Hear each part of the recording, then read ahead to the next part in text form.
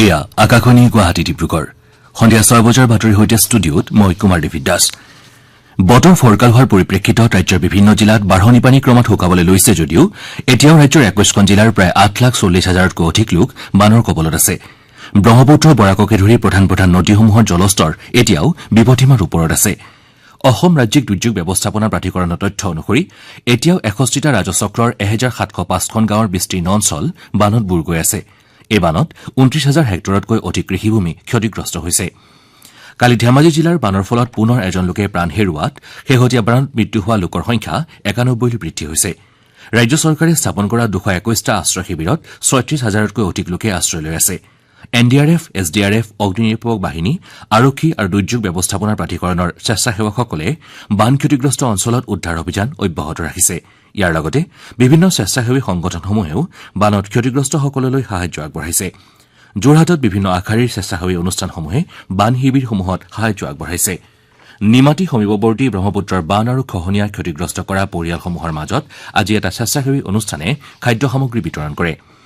ইফালে ভাৰতীয় বতৰ বিজ্ঞান বিভাগৰ গুৱাহাটী কাৰ্যালয় সদৰি কৰা তথ্য অনুযায়ী পৰৱৰ্তী কেইঘণ্টামানত ৰাজ্যখনৰ চৰাইদেউ ধেমাজি ডিব্ৰুগড় গোলাঘাট যোৰহাট লখিমপুৰ মাজুলী শিৱসাগৰ তিনিচুকীয়া চিৰাং বৰপেটা বঙাইগাঁও বিশ্বনাথ দৰং ধুবুৰী ডিমা হাছাও গোৱালপাৰা কোকৰাঝাৰ কামৰূপ আৰু কামৰূপ মহানগৰকে ধৰি ভালেকেইখন জিলাত মজলীয়া বৰষুণৰ লগতে ধুমুহা অহাৰ সম্ভাৱনা আছে ইয়াৰ পৰিপ্ৰেক্ষিতত ৰাজ্যৰ বান ক্ষতিগ্ৰস্ত লোকসকলক সাৱধান হৈ থাকিবলৈ সতৰ্কতা জাৰি কৰা হৈছে ইফালে বানত হোৱা ক্ষয়ক্ষতিৰ সঠিক মূল্যায়ন হোৱাৰ লগে লগে কেন্দ্ৰীয় চৰকাৰে অসমলৈ আৰ্থিক অনুদান প্ৰেৰণ কৰিব বুলি প্ৰকাশ কৰা হৈছে ৰাজ্য চৰকাৰৰ 1 লাখ নিযুক্তিৰ প্ৰতিশ্ৰুতি পূৰণৰ অংশ হিচাপে কাইলৈ দিছপুৰৰ লোকসেৱা ভৱনৰ সন্মিলন কক্ষত শিক্ষা বিভাগৰ অধীনৰ 41গৰাকী প্ৰাৰ্থীলৈ নিযুক্তি পত্ৰ প্ৰদানৰ উদ্দেশ্যে নিযুক্তি সমাৰোহৰ আয়োজন কৰা হৈছে এই 41গৰাকী প্ৰাৰ্থীৰ ভিতৰত উচ্চ শিক্ষা সঞ্চালকালয়ত 22গৰাকী কাৰিকৰী শিক্ষা সঞ্চালকালয়ত 12গৰাকী আৰু ৰাজ্যিক শিক্ষা গৱেষণা আৰু প্ৰশিক্ষণ পৰিষদত 7গৰাকী প্ৰাৰ্থীক নিযুক্তি পত্ৰ প্ৰদান কৰা হ'ব এই অনুষ্ঠানত মুখ্যমন্ত্ৰী ড হিমন্ত বিশ্ব শৰ্মা মুখ্য অতিথি হিচাপে উপস্থিত থকাৰ লগতে শিক্ষামন্ত্ৰী ড ৰনোজ পেগুও উপস্থিত থাকিব উল্লেখযোগ্য যে চলিত বৰ্ষৰ 14 মাৰ্চ পৰ্যন্ত ৰাজ্য চৰকাৰে 97,454গৰাকী প্ৰাৰ্থীক নিযুক্তি পত্ৰ প্ৰদান কৰিছে সদৌ টাই আহোম ছাত্ৰ সন্থাৰ 36 সংখ্যক কেন্দ্ৰীয় প্ৰতিষ্ঠা দিৱস আজিৰে পৰা দুদিনীয়া কাৰ্যসূচীৰে শিৱসাগৰত অনুষ্ঠিত হৈছে নগৰখনৰ বৰ্ডিং খেলপথাৰত গছপুলি ৰোপণেৰে প্ৰতিষ্ঠা দিৱসৰ কাৰ্যসূচী আৰম্ভ কৰা হয় ইয়াৰ পাছত পতাকা উত্তোলন মৈদাম তৰ্পণ শ্বহীদ শ্ৰদ্ধাঞ্জলি আদি অনুষ্ঠানৰ আয়োজন কৰা হয় ইয়াৰ লগতে ডিম্বেশ্বৰ গগৈ সোঁৱৰণী সদৌ অসম ভিত্তিত তৰ্ক প্ৰতিযোগিতা অনুষ্ঠিত হয় শিৱসাগৰ বাণিজ্য মহাবিদ্যালয়ৰ অধ্যক্ষই উদ্বোধন কৰা তৰ্ক প্ৰতিযোগিতাখনৰ বিষয় আছিল বৰ্তমান অসমৰ ৰাজনৈতিক প্ৰেক্ষাপটত আহোম স্বৰ্গদেউসকলৰ কূটনৈতিক পাৰদৰ্শিতাৰ প্ৰাসংগিকতা আছে আজি কাৰ্যসূচীত সন্ধিয়া বিভিন্ন দল সংগঠনৰ নেতৃত্বৰ সৈতে মত বিনিময় অনুষ্ঠান অনুষ্ঠিত হ'ব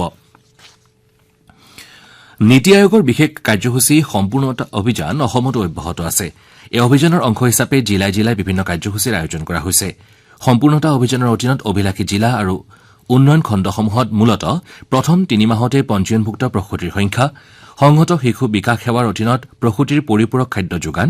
শিশুৰ সম্পূৰ্ণ ৰোগ প্ৰতিৰোধ ক্ষমতা বৃদ্ধিৰ হাৰ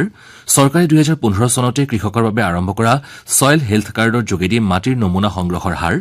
প্ৰতিটো খণ্ডত মধুমেহ আৰু উচ্চ ৰক্তচাপজনিত ৰোগীসকলক চিনাক্তকৰণৰ হাৰ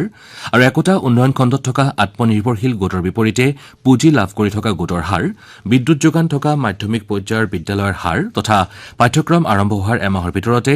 পাঠ্যপুথি বিতৰণৰ হাৰ বৃদ্ধি কৰাৰ লক্ষ্য লোৱা হৈছে 3 মাহজোৰা সম্পূৰ্ণতা অভিযানৰ অংশ হিচাপে নিৰ্বাচিত জনপ্ৰতিনিধিৰ লগতে জিলা তথা খণ্ড বিষয়াসকলে গ্ৰাম সভা নাটক পুষ্টিকৰ আহাৰ মেলা স্বাস্থ্য শিবিৰ প্ৰদৰ্শনী সজাগতা সভা আৰু সমদল আদি বিভিন্ন কাৰ্যসূচীৰ আয়োজন কৰিছে কংগ্ৰেছৰ সংসদীয় দলৰ অধ্যক্ষ সোনিয়া গান্ধীয়ে লোকসভাত দলৰ উপনেতা মুখ্য হুইপ আৰু অন্য দুগৰাকী হুইপ নিযুক্তি সন্দৰ্ভত নিম্ন সদনৰ অধ্যক্ষলৈ এখন পত্ৰ প্ৰেৰণ কৰিছে সেই অনুসৰি যোৰহাটৰ সাংসদ গৌৰৱ গগৈক পুনৰ লোকসভাত কংগ্ৰেছ সংসদীয় দলৰ উপদলপতি হিচাপে নিযুক্তি দিয়া হৈছে আমাৰ ইটাৰ বাতৰি তিমানেই